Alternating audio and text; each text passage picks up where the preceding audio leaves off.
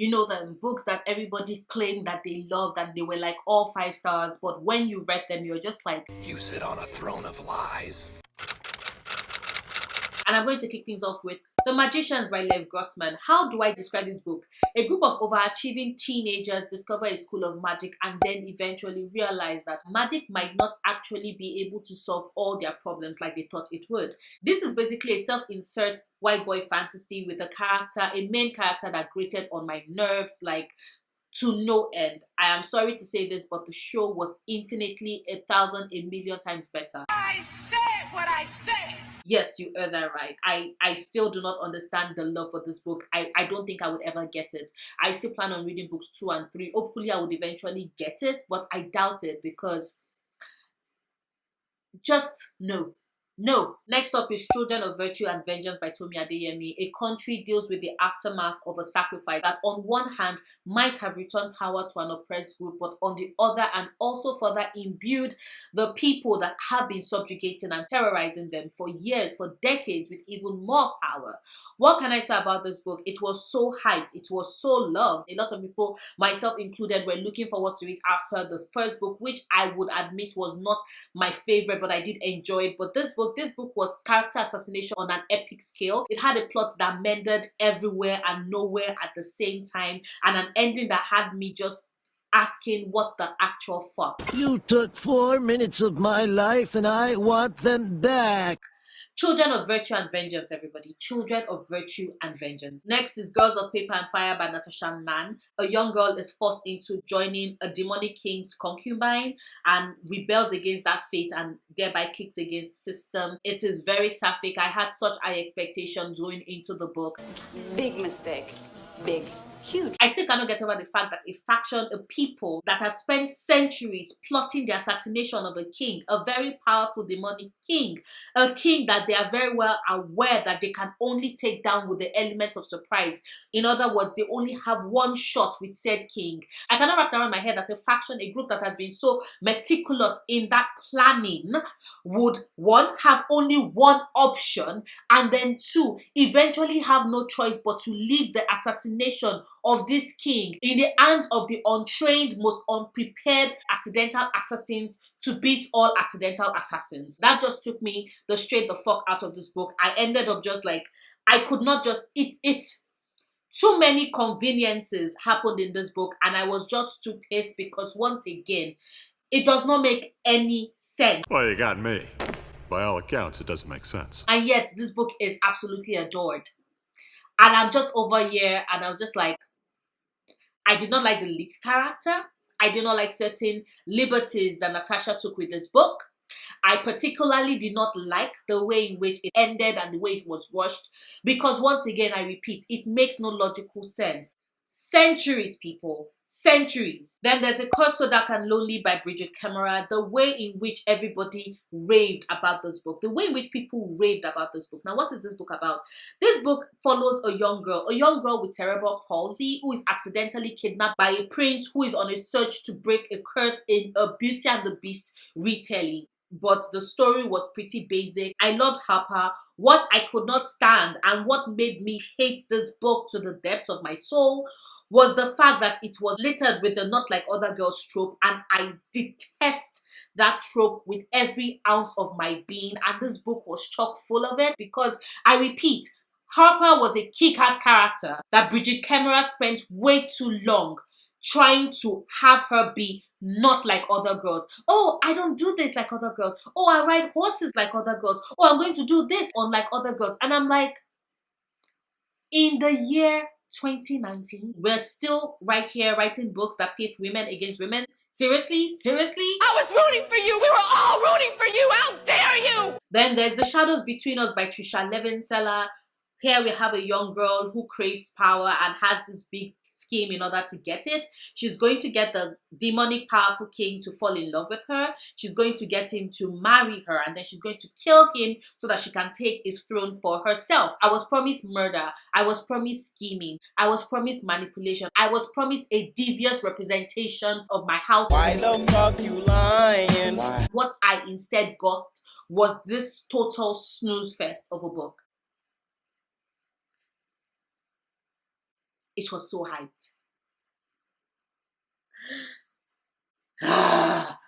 And then there's Angry God by LJ Shen. Two angsty, artsy teenagers get into a decade-long tussle that ended up being fueled by attraction and a misplaced understanding about a seemingly discovered secret.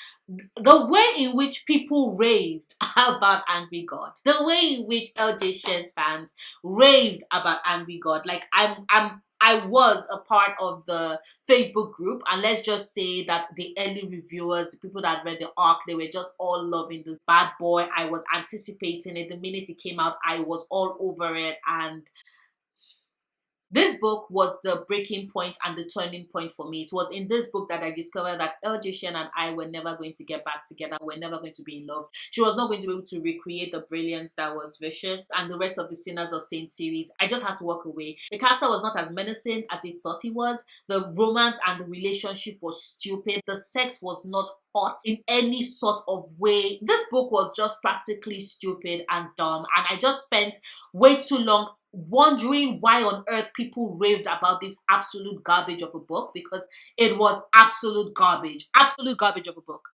Garbage. Waste of our time. Fucking waste of our time. And then there is Ruin and Rising by Lee Bardugo.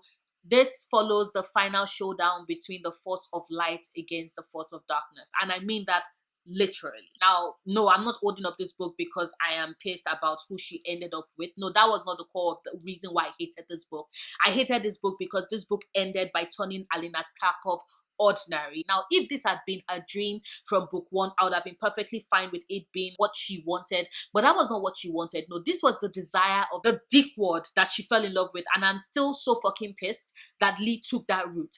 So yeah, ultimately it seemed that I am still pissed about exactly who it was that Alina ended up with because of what it meant for a character. Do I look like I cared though? No.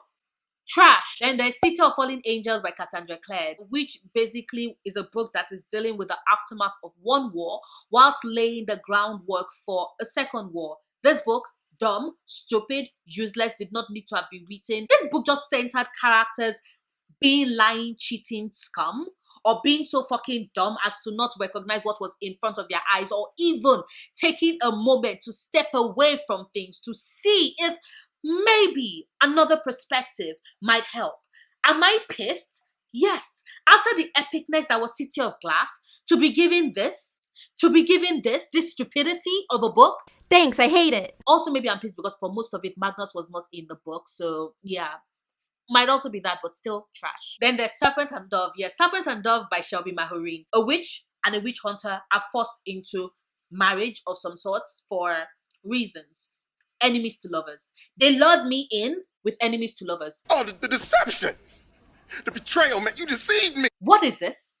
What is this? The only redeeming people in this book are Coco, and oh yes, Coco. Everyone else is trash. This book fucking mended. It mended all over the place, and the plot dragged. I slept multiple times in the course of reading this book. I hated the characters, especially Reed.